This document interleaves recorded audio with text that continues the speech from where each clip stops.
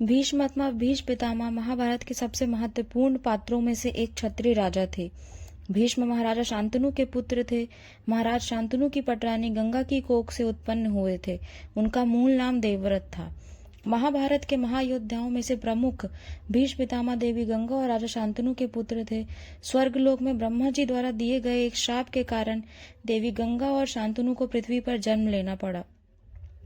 इनकी 8वीं संतान थे देवव्रत, जो आगे चलकर भीष्म और फिर भीष्म से भीष्म पितामह बने। भीष्म पितामह आजीवन कुंवारे रहे। इनके ब्रह्मचर्य का कारण अपने पिता का विवाह कराने के लिए की गई प्रतिज्ञा थी। सो फ्रेंड्स, आज का वीडियो स्टार्ट करते हैं। और अगर आप हमारे चैनल में नए हैं, चैनल को सब्सक्राइब करें और अपने फ्रेंड्स के साथ जरूर शेयर करें। महाभारत महाकाव्य के सबसे प्रसिद्ध पात्र, जिन्हें हम भीष्म पितामह के नाम से जानते हैं, वास्तव में इनका नाम देवव्रत था और वे महाराज शांतनु एवं माता गंगा के पुत्र थे। गंगा ने शांतनु से वचन लिया था कि वे कभी भी कुछ भी करें उन्हें टोका नहीं जाए, अन्यथा वे चली जाएंगी। शांतनु उन्हें वचन दे देते हैं। विवाह के बाद गंगा अपने पुत्रों को जन्म के बाद गंगा में बहा देती हैं, जिसे देख शांतनु को बहुत कष्ट होता है, लेकिन वे कुछ नहीं कर पाते। इस तरह गंगा अपने 7 पुत्रों को गंगा में बहा देती हैं। जब 8वां पुत्र होता है तब शांतनु से रहा नहीं जाता और वे गंगा को टोक देते हैं। जब गंगा बताती है कि वे देवी गंगा हैं और उनके 7 पुत्रों को श्राप मिला था, उन्हें श्राप मुक्त करने हेतु नदी में बहाया, लेकिन अब वे 8वें पुत्र को लेकर जा रही हैं क्योंकि शांतनु ने अपना वचन भंग किया है। कई वर्ष बीत जाते हैं। शांतनु उदास हर रोज गंगा के तट पर जाते थे। एक दिन उन्हें वहां एक बलशाली युवक दिखाई दिया, जिसे देख शांतनु ठहर गए।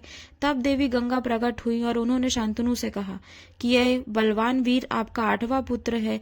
इसे सभी वेदों, पुराणों एवं शस्त्र अस्त्र का ज्ञान है। इसके गुरु स्वयं भगवान परशुराम हैं और इसका नाम देवव्रत है, जिसे मैं आपको सौंप रही हूँ। यह सुन शांतनु प्रसन्न हो जाते हैं और उत्साह के साथ देवव्रत को हस्तिनापुर ले जाते हैं और अपने उत्तराधिकारी की घोषणा कर देते हैं। लेकिन नियति इसके बहुत ही विपरीत थी। इनके एक वचन ने इनका नाम एवं कर्म दोनों ही दिशा ही बदल दी। इनका नाम भीष्म उनके पिता ने दिया था, क्योंकि इन्होंने अपनी सौतेली माता सत्यवती को वचन दिया था कि वे आजीवन अविवाहित रहेंगे और कभी हस्तिनापुर के सिंहासन पर नहीं बैठेंगे। साथ ही अपने पिता को यह भी वचन दिया था कि वे आजीवन हस्तिनापुर के सिंहासन के प्रति वफादार रहेंगे एवं उसकी सेवा करेंगे। उनकी इस भीष्म प्रतिज्ञा के कारण इनका नाम भीष्म पड़ा और इसी कारण महाराज शांतनु ने भीष्म को इच्छा मृत्यु का वरदान दिया, जिसके अनुसार जब तक वे हस्तिनापुर के सिंहासन को सुरक्षित हाथों में नहीं सौंप देते, तब तक वे मृत्यु का आलिंगन नहीं कर सकते हैं। भीष्म पितामह को इच्छा मृत्यु का वरदान प्राप्त था। उनकी हालत अत्यंत कष्टदायक थी। उनके मन में सवाल आया कि सारी जिंदगी में अपनी तरफ से अच्छे कर्म करने की कोशिश करता रहा, फिर भी मेरी इतनी भयानक पीड़ादायक मृत्यु क्यों हो रही है। तब भीष्म पितामह ने श्री कृष्ण से पूछा कि हे मधुसूदन, मेरे कौन से कर्म का फल है जो मैं सरसैया पर पड़ा हुआ हूँ। तब श्री कृष्ण ने कहा, आपने अपने 100 पूर्व जन्मों में कभी भी किसी का अहित नहीं किया, लेकिन 100वें एक जन्म में एक बार आपके घोड़े के अग्रभाग पर वृक्ष से एक करकैटा, एक प्रकार का सांप नीचे गिरा। आपने वाण से उसे उठाकर पीछे फेंक दिया। वह बेरिया की झाड़ी पर जा गिरा और उसके कांटे उसकी पीठ में धंस गए।